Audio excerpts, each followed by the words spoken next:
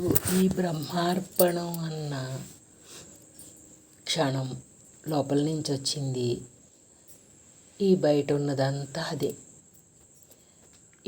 మామూలుగా వీడి నైజం ఏంటంటే మనకు మేలుకొచ్చినప్పుడు లేచినప్పుడు నేను ఇది చెయ్యాలి అని గుర్తు తెచ్చుకుంటాడు. ఇంకా అక్కడి నుంచి మొదలవుతుంది. ఆడు మెలకు వచ్చిన దగ్గర నుంచి వాడికి మొదలవుతుంది నేను ఇది చెయ్యాలి అని. ఆ చెయ్యాలిలో ఉన్న నువ్వు, దాని వెనకాలన్న ఆత్మ పవరు, ఈ సృష్టి అంతా ఉన్న పవరుని తీసుకుని నువ్వు ప్రయాణిస్తున్నావు. ఆ చెయ్యాలిలో ఉన్నప్పుడు ఎలాంటి సంకల్పం, ఆ పవర్ ఏం పని చేస్తుందంటే నీ సంకల్పానికి తగ్గ పవర్ని ఇచ్చేస్తూ ఉంటుంది. ఇప్పుడు ఆ సంకల్పంలో నేను అనేవాడికి కావాలిలో ఉంటాం ఎంతసేపు. ఆ నేనుకి ఏదో కావాలి. ఆ కావాలిలో ఉన్నవాడు ఈ దేహం అనే నేను ప్రయాణానికి ఆ లోపల ఉన్న శక్తినే వాడుకుంటున్నాం. కానీ మరచి దీనికే ఆపాదించబడినట్టు నేను ఇన్నింటికి లేసాను, ఈ పని చేశాను, చెయ్యాలి అనుకుంటా మొదలెడతాడు. దీనికి ఆపాదించుకుంటా మొదలెడతాడు.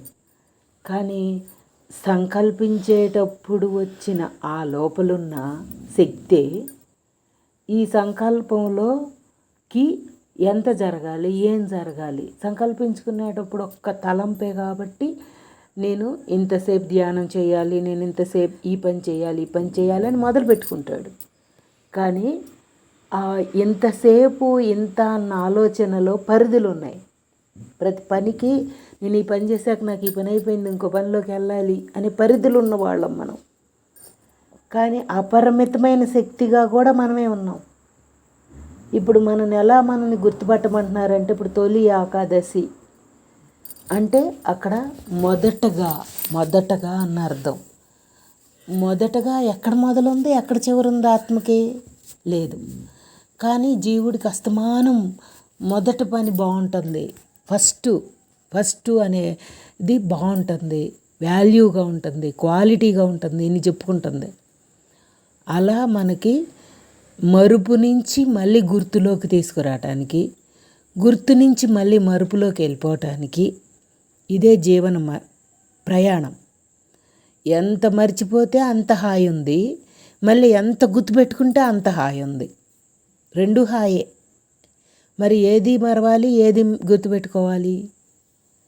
జీవుడితో ప్రయాణించే ప్రతి ఆలోచనని మరవాలి. ఆత్మ పవర్ వల్లే ఇదంతా జరుగుతున్నదని గుర్తుపెట్టుకోవాలి. మరి గుర్తుపెట్టుకోవాల్సిందేమో మర్చిపోయాడు, మర్చిపోవాల్సిందేమో గుర్తుపెట్టుకున్నాడు. అందుకే తారుమారుగా నడుస్తున్నది. ఇప్పుడు మనకి ప్రజెంట్లో ఉన్న ఈ శక్తి, ఈ కాలము, ఈ పవరు మనకి అమ్మ రూపంలో లోపలదంతా తుడుపుతూ బయట స్టోర్ చేసిందంతా తుడుపుతున్నారు. బయట నుంచి స్వచ్ఛంగా స్వీకరించబడుతున్నది అన్నమాట. దేనిగా?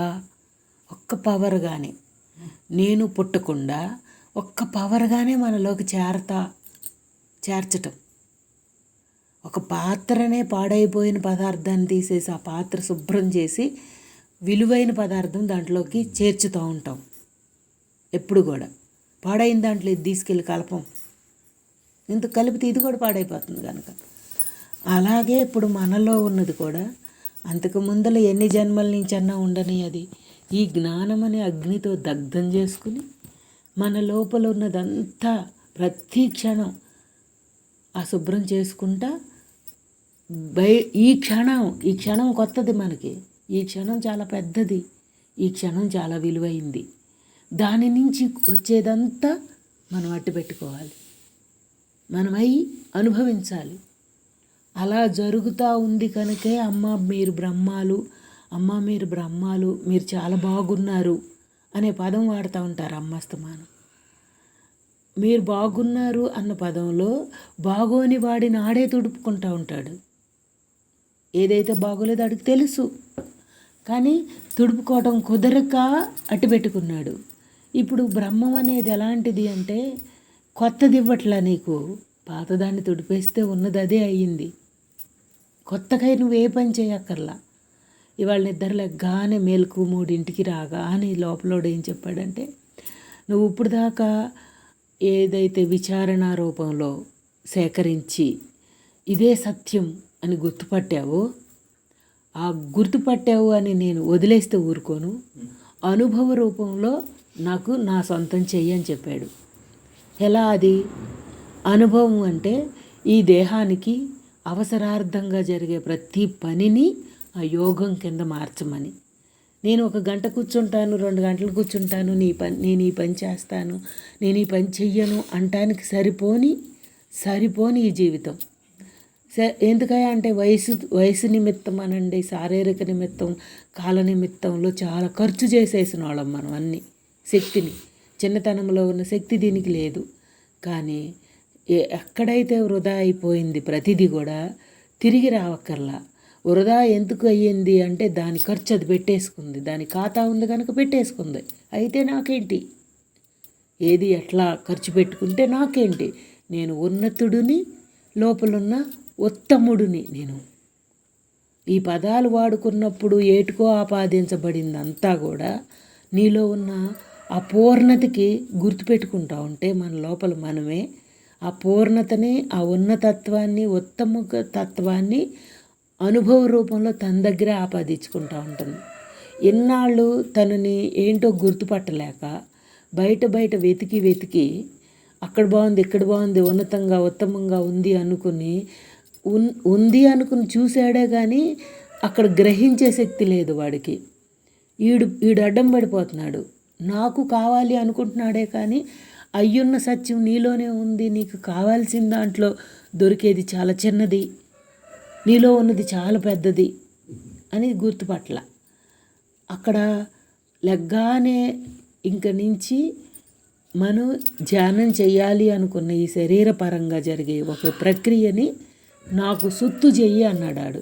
నా సొంతం చెయ్యి అన్నాడు. సొంతం చెయ్యి అంటే కూర్చుని కళ్ళు మూసుకుంటే చేయగలుగుతుందా? పని రూపంలో జరిగే క్రియలో చేయగలుగుతుందా? మన బుద్ధి యొక్క బలాన్ని బట్టి జరుగుతుంది. కూర్చుంటే ఏయైనా గుర్తు రావచ్చు, ఎటైనా కదపచ్చు, కదిలినప్పుడు కూడా మరవచ్చు. నువ్వు తిరిగి పని చేసుకునేటప్పుడు కూడా నువ్వు మరవచ్చు. అలా మన బుద్ధి ప్రయాణంలో మనమే ఉన్నాం కనుక గుర్తుపడదాం. నాకు ఇది కావాలి అంటున్నావు, ఆ కావాలిలో ఎంతలా నీ సొంతం చేసుకుంటున్నావు. నేను గుడికి వెళ్ళాలి అంటున్నావు, దాంట్లో ఏమీ కలవని నిన్ను ఎప్పుడు ఎట్లా ఉంచుకుంటావు. భగవంతుడు నీకు ఇచ్చిన శరీర ధర్మాన్ని, అవకాశాన్ని, అవసరాన్ని చక్కగా వినియోగించుకో. ఎందుకయ్యా అంటే గృహంగా వేరు కాదు, గుడి వేరు కాదు. కానీ గుడికి ఒక ప్రత్యేకత ఉంది. ఎందుకుంది? అక్కడ ఆ సద్భావన, సద్ వస్తువుతో ప్రయాణం జరుగుతూ ఉంది. నీ దగ్గర కన్నా ఎక్కువగా జరుగుతూ ఉంది. కానీ ఆ జరిగిన దాని దాకా నిన్ను తీసుకెళ్ళాడు అంటే దాంతో నిన్ను కలపటానికి, పూర్ణతగా స్వీకరించటానికి. ఆ స్వీకరించటంలో అడ్డం వచ్చిన నిన్ను తొలగించుకో. ఆ ఉన్న గడియలని నువ్వు వాడుకో. అక్కడైనా, ఎక్కడైనా, ఎప్పుడైనా నువ్వు దాన్ని వాడుకో. ఎందుకయ్యా అంటే వాడుకోమన్నది నువ్వు అంటే ఏమీ పని లేని వాడివని గుర్తుపెట్టుకో. ముందల నాకు ఈ పని ఉంది అనగానే పని రూపంలోకి ఉన్న, అవసరం రూపంలోకి ఉన్న శక్తిని వాడేస్తున్నది. అది అవసరం లేని వాడికి ఎలాంటి శక్తి ఉంటుందయ్యా అంటే ఇంద్రియాలకి ఖర్చు పెట్టని శక్తి అంతా నీ సొత్తు చేసుకోవచ్చు. ఇప్పుడు ఇంద్రియాలదా సేకరించి ఖర్చు పెట్టేసిందంతా మనం వృధా అయిపోయాం. అందుకే అమ్మకి ఈ రోజుకి ఇంత పని జరుగుతా ఉన్న ఇంద్రియాలకు నాకేం పని లేదు అంట. ఎంత పురమాయిస్తా కూడా నాకేం పని లేనివాడుగా నుంచోపెట్టి ఎక్కడికక్కడ పవర్ని వ్యక్తంగా బయటికి తీసుకుంటా తన అనుభవంలో ఉంచుకున్నారు, తన ఆధీనంలో ఉంచుకున్నారు. అలా మనకు కూడా అందగలదు, అందుతుంది అనే దాంతో మీరు బ్రహ్మాలమ్మ అని బ్రహ్మమైన వాడిని ఆపాదించుకుంటా అందిస్తున్నారు. వేరేది కాదు ఇక్కడ మనకి. అమ్మ అంటున్నామే, ఎక్కడ నుంచి అది పుడుతున్నది, ఏదిగా తయారవుతున్నది, ఆ పూర్ణతని మనం అనుభవిస్తాం. ఎక్కడైనా నువ్వే నిండున్నావు, ఎలాగైనా నువ్వే నిండున్నావు, లేనిదేమీ కాదు. కానీ నేను అనగానే నేనా నాకు ఈ పని ఉంది అనుకుని భయపడినవాడు, నేను అలా ఉండలేను అని లొంగిపోయినవాడు నీ పక్కన పెట్టేస్తున్నది. ఆ లోపల పూర్ణత మనలో జరిగే ప్రాసెస్ని పక్కన పెట్టేస్తున్నది. ఈ క్షణంలో ఇలా ఈ శరీరానికి అవసరం ఉన్న పని చేపించుకుంటుంది. ఈ శరీరానికి కూడా పడటానికి చాలా అవసరం ఉన్నోళ్ళమే కదా. ఈ శరీరాన్ని కూడా జాగ్రత్తగా వాడాల్సిన వాళ్ళమే కదా. వాటికి వీటికి ఖర్చు పెట్టుకుంటే దాని దగ్గర నుంచి వచ్చేది మనం పొందలేకపోతున్నాం. శరీరం పరంగా కూడా కలిపిన బ్రహ్మాన్ని మనం పొందాలి. ఆత్మగా ఉన్న పవర్ని ఈ శరీరం ఒక్కటే గ్రహించగలదు. పంచభూతాలు గ్రహిస్తున్నాయి. పంచభూతాలతో తయారైన శరీరం కనుక ఆత్మని గ్రహించగలదు బుద్ధి ద్వారా. బుద్ధికి శరీరం కావాలి, శరీరానికి ప్రాణం కావాలి, ప్రాణానికి చైతన్యం కావాలి. ఒకదానికొకటి కావాలి. అందుకనే ఒక్కొక్కసారి మన లోపల సూక్ష్మబుద్ధికి గ్రహించాలంటే పరమాత్మ చెప్పేటప్పుడు వీటన్నిటినీ ఎలా కాదనుకున్నావో నీ ప్రాణాన్ని కూడా కాదనుకుంటే తప్ప నేను అందను అంటాడు. మరి ప్రాణాన్ని కాదనుకుంటాను నిన్ను పొందటానికి, కానీ ప్రాణం లేకపోతే నిన్ను పొందాను అని నేను ఎట్లా గుర్తుపడతాను అని అక్కడ ప్రాణాన్ని వాడుకోమన్నాడు. మనం గుర్తుపట్టే దగ్గరకు వచ్చేసరికి ప్రాణాన్ని వాడుకోమన్నాడు. మళ్ళీ నిన్ను గుర్తుపట్టడానికి ఈ ప్రాణం కూడా అడ్డమేనన్నాడు. లేదన్నాడు. చూడక్కడ లేదు అని తీసేసుకునే ప్రాణమా? ప్రాణం తీసేస్తే ఏం లేదు, కానీ ప్రాణం ఉంచుకున్నాను కదా అంటే నీకు అడ్డం వచ్చేది ఆ ప్రాణమే అయింది. మళ్ళీ నేను బతికున్నాను అటుకి ఇటుకి పంపించడానికి ఆ ఆలోచన ఈ ఆలోచన సేకరించడానికి బతికుండటమే కారణమైంది. మళ్ళీ బతికుండి అడ్డపడుతున్నాడు అని తీసేసుకుందాము అంటే తీసేస్తే కానీ నేను చెక్కనన్నాడు. మళ్ళీ ఎలా తీయగలం? ప్రాణాన్ని ఎప్పుడు తీయగలం, ఎట్టా ఉంచుకోగలం? ఒకసారి పోతే వచ్చేదా ఇది? ఆలోచన కాదు, ఒకసారి పోతే ఇంకోసారి మళ్ళీ తెచ్చుకోవటానికి. అందుకని ఇక్కడ విలువనిచ్చిన వాడుగాను మళ్ళీ ఆ విలువని తీసేసిన వాడుగాను చూపిస్తా మనకి మొదలు ప్రయాణం తీసేస్తున్నాడు. అందుకే పాములో ఉన్న కూరలో ఎంతవరకు అవసరం? అది తను రక్షించుకోవడానికి అవసరం, కానీ ఎదుటోడికి హాని చేయటానికి కాదు. అలా కూరలు పీకేసిన పాములాగా నిన్ను బతుకుతా, దేహం అనే ఆహాన్ని తీసేసి బతికిస్తా, ఆత్మ అనే రూఢిని పెంచటానికి దాన్ని వాడుకోవటం, అవసరార్థం వాడుకోవటం, ఈ అర్షడ్ వర్గాలను అవసరార్థం వాడుకోవటం, దాని వలలో మనం చిక్కుకోవటం కాదు, అవసరార్థం వాడబడటం. అలా మనకి అమ్మ అన్ని విధాల ప్రయాణం జరిపిస్తా. మనకి ఆలోచన విధానంలో ఏముంటుందో తెలుసా? ఎక్కువ నేను చేసింది గుర్తుపెట్టుకోమని గుర్తుంచుకోమని ఉంటుంది ఈ దేహం అనే నేనుతో. ఆ యానవాళ్ళు తొడపటమే బ్రహ్మలక్ష్యం. ఎవరి కాళ్ళని దుడుపుకోవాల్సిందే, లోపల ఎవరో వచ్చి తొడవరు. నిన్ను నువ్వు గుర్తుపట్టుకుంటూ ఉంటే చాలు. ఎప్పుడు కూడా ఫస్ట్ నుంచి చిన్నప్పటి నుంచి మన పెద్దవాళ్ళు చెప్పింది, ఇప్పుడు దాకా యాసంకాలంలో సరిగ్గా చేయలేకపోయాం. ఈ చాతుర్మాసం అనే మొదలు నుంచి నేను ఒక నియమంగా ఒక నిష్టగా మొదలు పెట్టుకుంటానని సంకల్పించుకుంటుంది. సంకల్పానికి పెద్ద బలం ఉంది దానికి. ఆ సంకల్పంలోనే తన పనంతా దాగి ఉంది. ఫస్ట్ సంకల్పించుకున్న దాంట్లోనే అయిపోయిన వాడు కూడా ఉన్నాడు అక్కడ. అవ్వాలిలో కూడా ఇక ప్రయాణం ఉంటుంది, అయిపోయిన వాడిలో ప్రయాణం ఉండదు. సంకల్పం మొదలుంది, చివరుంది అక్కడే.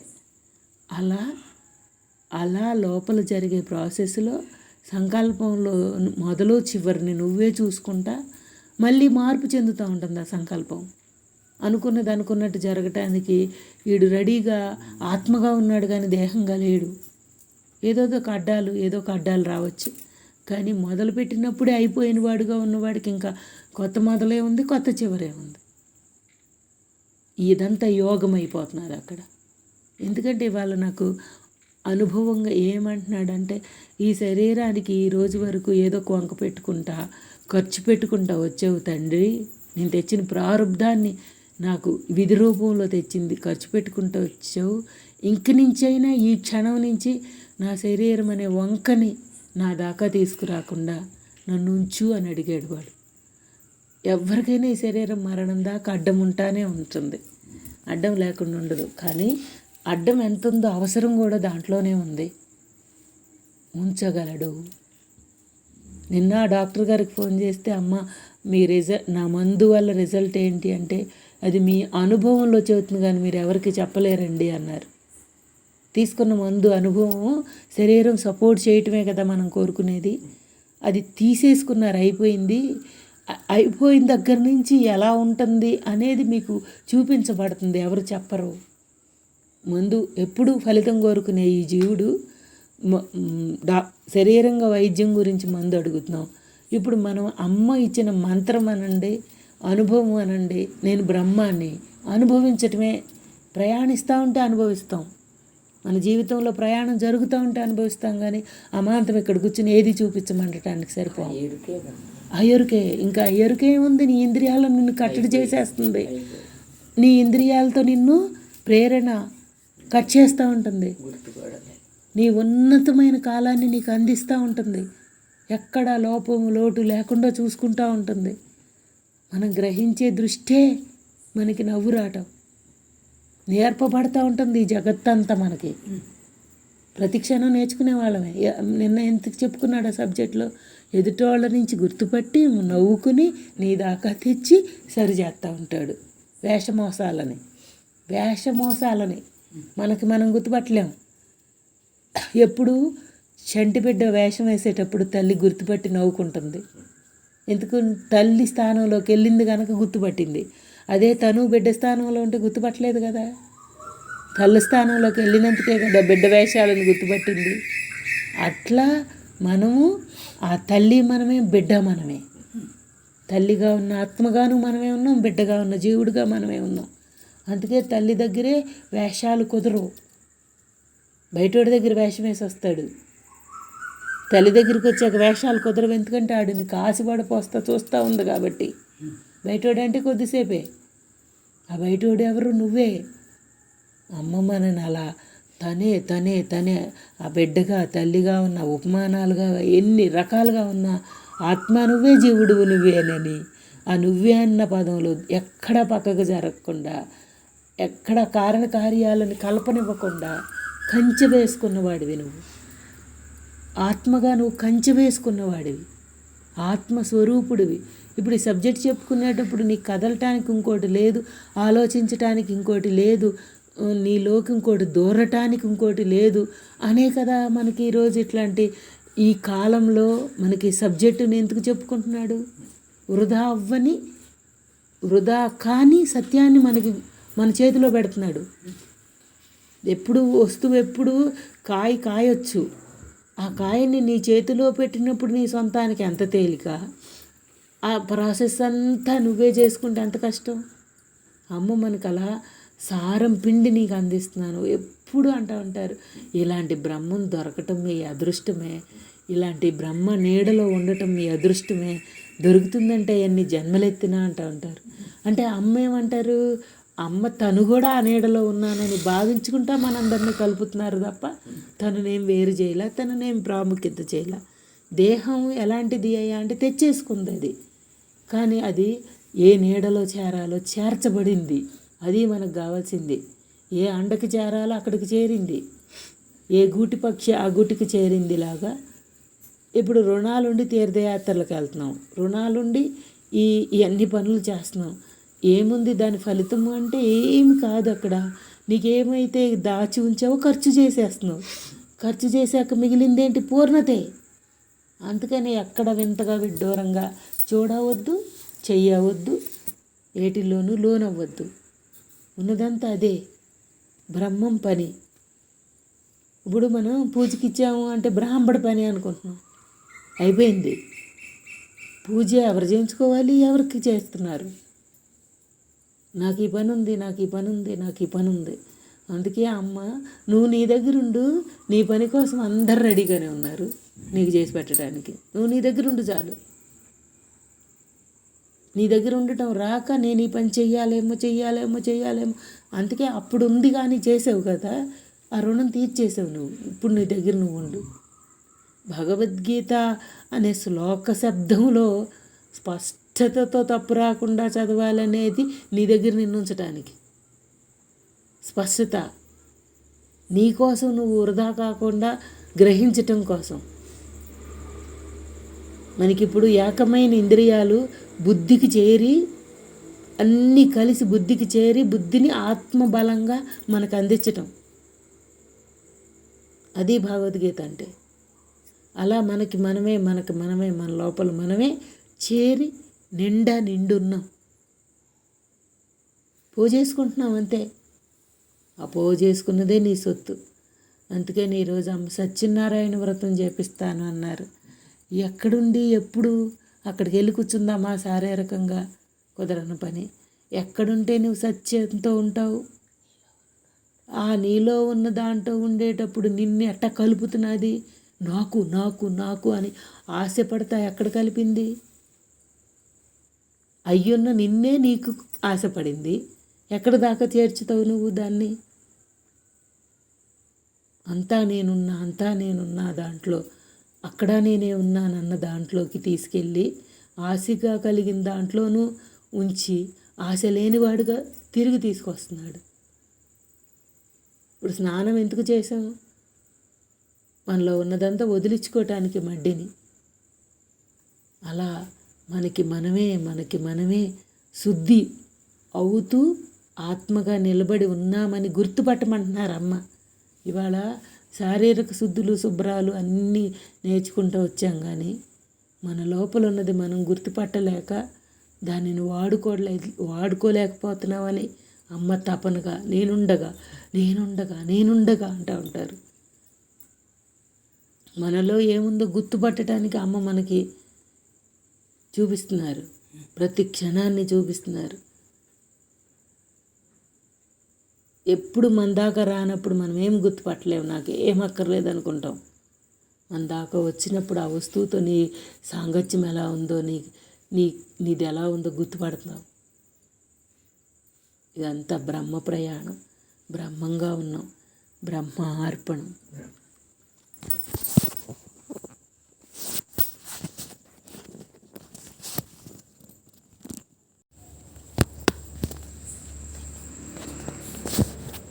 బ్రహ్మార్పణం.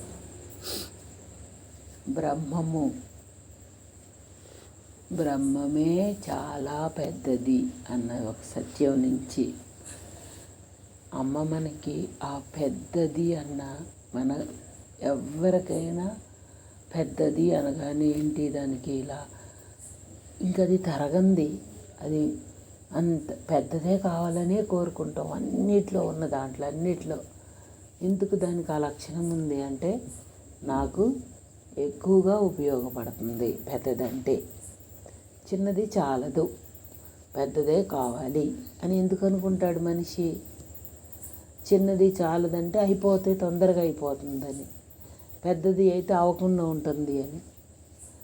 ఎప్పుడు దాకా అనేది పక్కన పెడితే పెద్దది అన్న మాటలోనే నాకు ఎక్కువ వినియోగపడుతుంది అనే సత్యం మన ఉంది.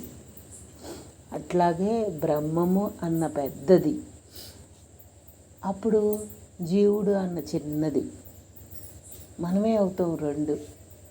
ఆ పెద్దదిగా ఉన్న బ్రహ్మం ఈ చిన్న జీవుడిని ఎలా నడపగలదు, ఎలా మన జీవితంలో ఎంత ఆధారం అవ్వగలదో మనం చూడవచ్చు. చూసొకొంది తెలుస్తుంది, అనుభవిస్తే తెలుస్తుంది. ఏది దేనికి అడ్డం కాదు, ఏది దేనివల్ల నష్టపోదు, అడ్డం కాదు అంటూ. ఇప్పుడు ఎలా ఉంటుందంటే సూక్ష్మబుద్ధి ప్రయాణం ఎలా ఉంటుందంటే, నేను అయ్యే ఉన్నాను అన్న దాంట్లో నుంచి ఏ ఆలోచన తిరిగినా, ఏ ఆలోచన సాంగత్యం జరిగినా అది ఎక్కడిలో నుంచి పుట్టించుకుంటున్నది, ఎక్కడికి కలిసిపోతున్నది? బ్రహ్మంలోనే కదా. ద్వేషాలు అయినా, రాగాలైనా, ప్రేమలైనా, దయాకరుణులైన ఎన్ని రకాల గుణ స్వభావాలు, షడ్వర్గాలు ఎలా వచ్చినా బ్రహ్మంలో నుంచే వస్తున్నాయి, బ్రహ్మలోనే కలిసిపోతున్నాయి కదా. అదే నాకు ఇలా ఉండకూడదు, నాకు ఇలా జరగకూడదు, నేను ఇట్లా ఉండకూడదు అన్నప్పుడు ఇంకోటి ఏదో చెయ్యాలి కదా అనుకుంటాం. అసలు దీంట్లో పుట్టే ప్రతిదాన్ని బ్రహ్మం పెద్దది చేసుకుని బ్రహ్మం పవర్లో నుంచే ఇవి వస్తున్నాయి అనుకున్నప్పుడు నీకు విరుద్ధంగా పుట్టడానికి, వేరుగా మారటానికి లేదు. ఒకవేళ పుట్టినా ఆ టెంపరీగా జీవుడు కాలం కలిపేసుకుంటుంది. ఇప్పుడు ఇందాక ఒక ఆలోచన వచ్చింది లెగ్గానే, ఇప్పుడు మర్చిపోయావు. ఇందాక ఒక అవస్థ వచ్చింది శరీరపరంగా, నువ్వు మర్చిపోయావు. ఇట్లా లొంగిపోయే మనసుగా, లొంగిపోయే జీవుడుగా, లొంగిపోయే శరీరంగా వచ్చిన వీటన్నిటినీ ఎప్పటికప్పుడు మర్చిపోయావు. నువ్వు ఎలా మర్చిపోయావు? ఎందుకు మర్చిపోయావు అంటే, మరిచిపోయే లక్షణం ఉన్నవాడు జీవుడు. కానీ ఆ మరిచింది ఒకటి మరవగానే ఇంకోటి గుర్తు వస్తూ ఉంటుంది. ఆ గుర్తు మూలంలోంచి రావాలి. మరిచిపోయేదేమో స్టోర్ అయ్యి ఉంది, అందుకని అది వచ్చి మరిచిపోయి ఖాళీ చేసేస్తున్నది. స్టోర్ అయ్యింది కనుక. గుర్తు ఇది స్టోర్ అయ్యింది కాదు, అంతా నిండిపోయి ఉన్నది. సృష్టి యావత్తు నిండిపోయి ఉన్న దాన్ని మనం ఏంటయ్యా అంటే, ఈ పాత దాంట్లో నుంచి కొత్త దాంట్లోకి వెళ్ళేటప్పుడు కొత్తది ఎప్పుడు మనకు ఉపయోగపడుతుందనే ధ్యాస ఉన్నోళ్ళం కనుక మన కొత్త అంతా కూడా ఆ పూర్ణుడిలోకి తీసుకెళ్ళిపోవాలి. మన కొత్త అంతా అలా మనం ఆ కొత్తని ఆ పూర్ణుడికి వినియోగించబడుతూ ఉంటే ఈ పాతదంతా కూడా కాలం కలిపేసుకుంటూ ఉంటుంది. ఎందుకు? కాలం కూడా ఊరికే కలపదు, నీకు బుద్ధి చెప్పి మరీ కలుపుతుంది. బుద్ధి క్షీణించింది కనుకే కదా ఇలా టాటిని స్టోర్ చేసింది. చిన్నపిల్లడు అన్నీ ఏరుకొచ్చుకుంటాడు సంచిలో, పనికొత్తాయి అని. అమ్మ దగ్గరికి వచ్చాక, అమ్మ నీకు తెలియక ఏరేవు కానీ ఇదేది పనికిరాదమ్మా అని అమ్మ తీసేసి పనికొచ్చేదేదో ఉంచుతుందే. అలాగే మన లోపలున్న ఆలోచన విధానాన్ని మనకి తెలియకుండానే పనికొస్తుంది అనుకున్న వాళ్ళం కాబట్టి బ్రహ్మం తెలుస్తా, బ్రహ్మం ఏది పనికిరాదో తీసేస్తా మనని ముందులకు తీసుకెళ్ళగలదమ్మా. ఈరోజు ఈ క్షణాన ఏ పనన్నా చేస్తూ ఉంటే మోహం అవ్వద్దు, ఏ పనన్నా చేస్తూ ఉంటే ఆశ అవ్వద్దు అని ఎందుకు చెబుతున్నారంటే, పని చేయటం వరకే మనంతు. చేపించబడుతున్నది అది నీకు లాభమా నష్టమా అనేది నిన్నెందుకు చెప్పుకున్నాడు? వ్యవహారం అంతా వ్యాపారం చేసుకున్నాం కాబట్టి లాభ నష్టాల కోసం ఎదురు చూస్తున్నాము. అదే వ్యవహారం అంతా కూడా అవసరార్థం జరిగిపోయేదిగా చూసుకుని ఉంటే ఇక లాభం లేదు, నష్టం లేదు, తుడిపేయటమే. లాభం లేదు, నష్టం లేదు, ఇష్టం కాదు, కష్టం కాదు. ద్వంద్వాలు రెండు పుట్టవి. నీకు ఆ రెండు ద్వంద్వాలు పుట్టనంత వరకు ఏమవుతుంది? ఎప్పుడుదప్పుడు ఖాళీ అయిపోతూ ఉంటుంది. అలా మనం ఈ చిన్న జీవితంలో జరిగే ఏ ప్రక్రియని లాభం అనద్దు, నష్టం అనద్దు. ఎందుకయ్యా అంటే మనలో నుంచి మనమే గుర్తుపడతాం. ఇప్పుడు మనకి ఇంత వయసు వచ్చాక ఎవరైనా చిన్నపిల్లలు అనొచ్చు, ఎదుటోళ్ళు ఏదైనా నీకు ఈ పని గురించి చెప్తా ఉంటే, రోజు చేసే పని గురించి, నాకు తెలియదా అనిపిస్తుంది. ఎందుకు అనిపిస్తుంది? ఆ పని యొక్క విలువలు అనుభవంతో తెలుసుకుంటూ వచ్చాడు, అందుకని వాడు తెలియదా అనిపిస్తుంది. అలా ఒకళ్ళకొకళ్ళంలో నాకు దేని పరంగా అడ్డొస్తున్నదో గుర్తుపట్టినప్పుడు మనం కూడా అలాంటి అడ్డు ఇంకొకళ్ళతో కనెక్ట్ అవ్వద్దు. ఇప్పుడు మన పెద్దోళ్ళు ఒక పని చెప్తూ ఉంటే, ఇక సచిందాగా నేర్పుతారా నాకు అంటాం, లోన పైకి అనలేకపోయాను. ఎందుకంటాం? ఏంటో వాడు నేర్పినట్టు వీడు రానోడుగా కింద గబక్కని నన్ను రానోడిని చేశారు అనుకుని నాకు చచ్చిందాకా నేర్పుతారా అనేస్తాం అనేసుకుంటుంది. అసలు నాకు రాదు, నిజంగానే రాదేమో, అందుకే తెలుపుతున్నారేమో, వాళ్ళు తెలపటం వల్ల నాకు ఇంకా తేలిక కదా అని తిప్పి చెప్పుకోవాలా మనం. ఇక నాకు సచ్చిందాకా నేర్పుతారా మీరు అనేస్తుంది లోపం. అంటే తను తక్కువ అయిపోతాననే భయం వల్ల. నీవు తక్కువ చేసుకోమంటున్నాడు బ్రహ్మం. నువ్వేమో బ్రహ్మం పెద్దదిగా ఉండు, జీవుణ్ణి తక్కువ చేసుకో, అప్పుడే నీకు అది దారిస్తుంది. జీవుడు ఎక్కువైపోయి దారి పట్ల నాకు రాదేంటి, నేను చేయనేంటి అని దూరుతున్నాడు.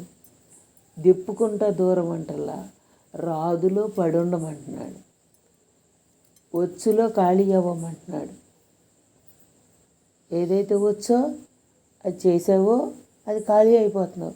ఏది రాదులో ఎందుకు పడి ఉండమన్నాడంటే, రాదులో కల్పించుకోవటానికి లేదు, రాదులో వంక పెట్టటాలు ఉండవు.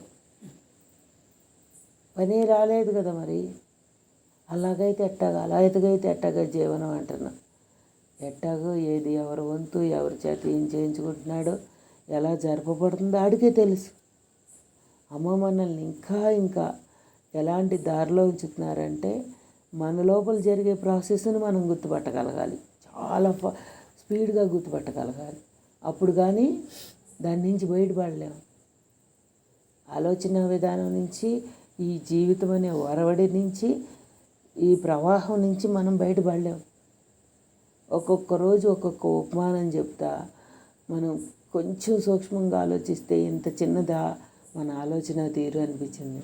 నిన్న ఫోటో గురించి మాట్లాడినప్పుడు రండి అని పిలిచినప్పుడు ఆనందపడ్డాం, కానీ ఇంకా అయిపోయింది వెళ్ళిపోండి అంటే దుఃఖపడాలా? నువ్వే వాళ్ళ అనకముందలే ఇతలకు వచ్చేస్తావు, ఎందుకు అక్కడ నా పని అయిపోయింది అన్నట్టు.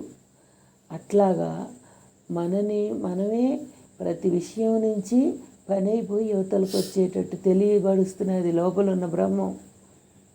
ఆ పని అంతవరకే. నీకు ఒక్కసారి దిగటానికి పెళ్ళికొడుకు పెళ్ళికూతురు పక్కన నుంచోమన్నారు, కానీ ఆ బారుకి నుంచుంటే వాళ్ళకి అడ్డం, వాళ్ళకి బోల్డ్ పని ఉంది, తీయించుకునే పని. అట్లాగా ప్రతిదానికి నీకు కూడా ఆ పని అయిపోయాక యువతలకు రాకపోతే అది నీకు భారం వెయ్యాలి. వాళ్ళకంటే తప్పదు అంతసేపు నుంచోటం, వాళ్ళు ముఖ్యంగా ఉన్నారు కాబట్టి. కన్నవాళ్ళం మనం, వీడోళ్ళం మనం. ఏమంటారు, వీడోళ్ళందరూ యువతలకు వచ్చేయండి, వాళ్ళిద్దరి వరకు నుంచి ఉంటారు అంటారు. ఎందుకు? వీడోళ్ళం, విడిగా ఉన్నవాళ్ళం. విడిగా ఉన్న వాళ్ళకి ఎక్కువ పని లేదు, అసలు వాళ్ళకే ఎక్కువ పని. అదే కదా మనం జీవితం అంతా చూసింది. విడిగా ఉన్న వాళ్ళకి ఎక్కువ పని లేదు, అసలు వాళ్ళకి ఎక్కువ పని, అంతే కదా. ఆ ఇంటి వాళ్ళకి ఎక్కువ పని అన్నారు కదా. ఇప్పుడు మనం విడిగా ఎవరు ఉన్నాము, అసలుగా ఏముంది? బ్రహ్మమే అసలైంది. విడిగా ఉన్నోడు జీవుడు, ఆడు చేసినంత చేయగలడు, పక్కకు వచ్చేయాలి. ఎంత చేసినా పక్కకు వచ్చేయాలి. అట్లా మనకి మనమే మన పెద్దరికం ఏం చేయాలి? అడ్డం రాకుండా ఉండాలి, విసుగు తేకుండా ఉండాలి. మన జీవనం అంతా కూడా ఒక పని కావాలని మనం చేస్తున్నాం, దాని దగ్గర విసుగు తెచ్చుకుంటే ఎవరికి నష్టం? మనకే నష్టం. కావాలి, సరే నేను చేయలేను, నిన్ను ఎవరు కదిపేవాళ్ళే లేరు, నేను చేస్తానంటున్నావు, విసుగు తెచ్చుకుంటే ఎవరికి నష్టం? లోనైతే ఎవరికి నష్టం? నీకే నష్టం. అందుకనే ఇక్కడ కొద్ది మనం అలాగా అన్నిటికీ గురి అయిపోతామని అమ్మ మనల్ని ఇంకా ఆ విసుక్కి, ఆ అవస్థకి గురి అవ్వకుండా చెక్ చేసుకుందాం. మనల్ని మనం చెక్ చేసుకుందాం. ఈ పని మొదలు పెట్టామంటే నీకు అది విసుగు రాకుండా ఉండగలగాలి. ఈ పని మొదలు పెట్టావంటే అవస్థ రాకుండా ఉండాలి. అంతే తెలుసుకుని ఎంచుకో, ఆ పనిని ఎంచుకో. నువ్వే నిర్ధారించుకో. నేను ఎవడు కొట్టి మొలైలా నువ్వు ఎంత పని చేయమని ఎవరు అడగల. కానీ మనం నిర్ధారించుకునేకుండా మొత్తం నేనే చేయగలనని అంటే అనుభవం కనుక వచ్చను తెలుసను దాంట్లో మొత్తం నేనే చేస్తానని పట్టుకుని అక్కడ బలం జాలక బలహీనుడై విసుక్కుని వాడు వృధా ఈ పక్కనోడిని వృధా చేస్తున్నాడు. అబ్బా మన పెద్దరికం మనని వృధా చేయకూడదు, మనని ఎదుటోడికి అడ్డం రాకూడదు. అమ్మ దగ్గర నేర్చుకునేదంతా అదే. మన పెద్దరికం మనని వృధా చేయకూడదు, ఎదుటోడికి అడ్డం రాకూడదు. అప్పుడు కాపాడబడతా ఉండాలి. మన ఎరుక, మన గుర్తు మనల్ని కాపాడబడతా ఉండాలి. నిన్నేమి ఎవ్వరు ఈ అవసరం తీర్చేసేయి అని పట్టుబట్టి కూర్చున్న వాళ్ళు ఎవరు లేరు. నువ్వే కల్పించుకుంటున్నావు అన్న దాంట్లో కూడా ఒకవేళ నీ దగ్గరికి వచ్చింది అంటే చక్కగా రుణం తీర్చేదిగా చేసి పక్కనుండటం రాదు. చేశాడు అంటే చాలు ఐడెంటిటీ కావాలి అడిగి. అందుకనే అమ్మ మనల్ని ఎక్కడ ఎలాంటి పని చేస్తున్నాడు, ఏ పని వల్ల తను ఇరుక్కుపోతున్నాడు, ఈ ఇరుక్కుపోయిన వాడు ఎలా విడుదల పొందుతాడు, ఎవ్వరి గురించి ఆలోచించినా తనకి వృధా. తన గురించి ఆలోచించిన వృధా. కానీ అవసరం ఉంది కనుక దీని గురించి ఆలోచించాలి. అవసరం వచ్చినప్పుడు దేని గురించైనా ఆలోచించాలి. కానీ అది కాలగర్భం కలిపేసుకుంటుంది. మనమేం మోసుకెళ్ళక్కర్లేదు.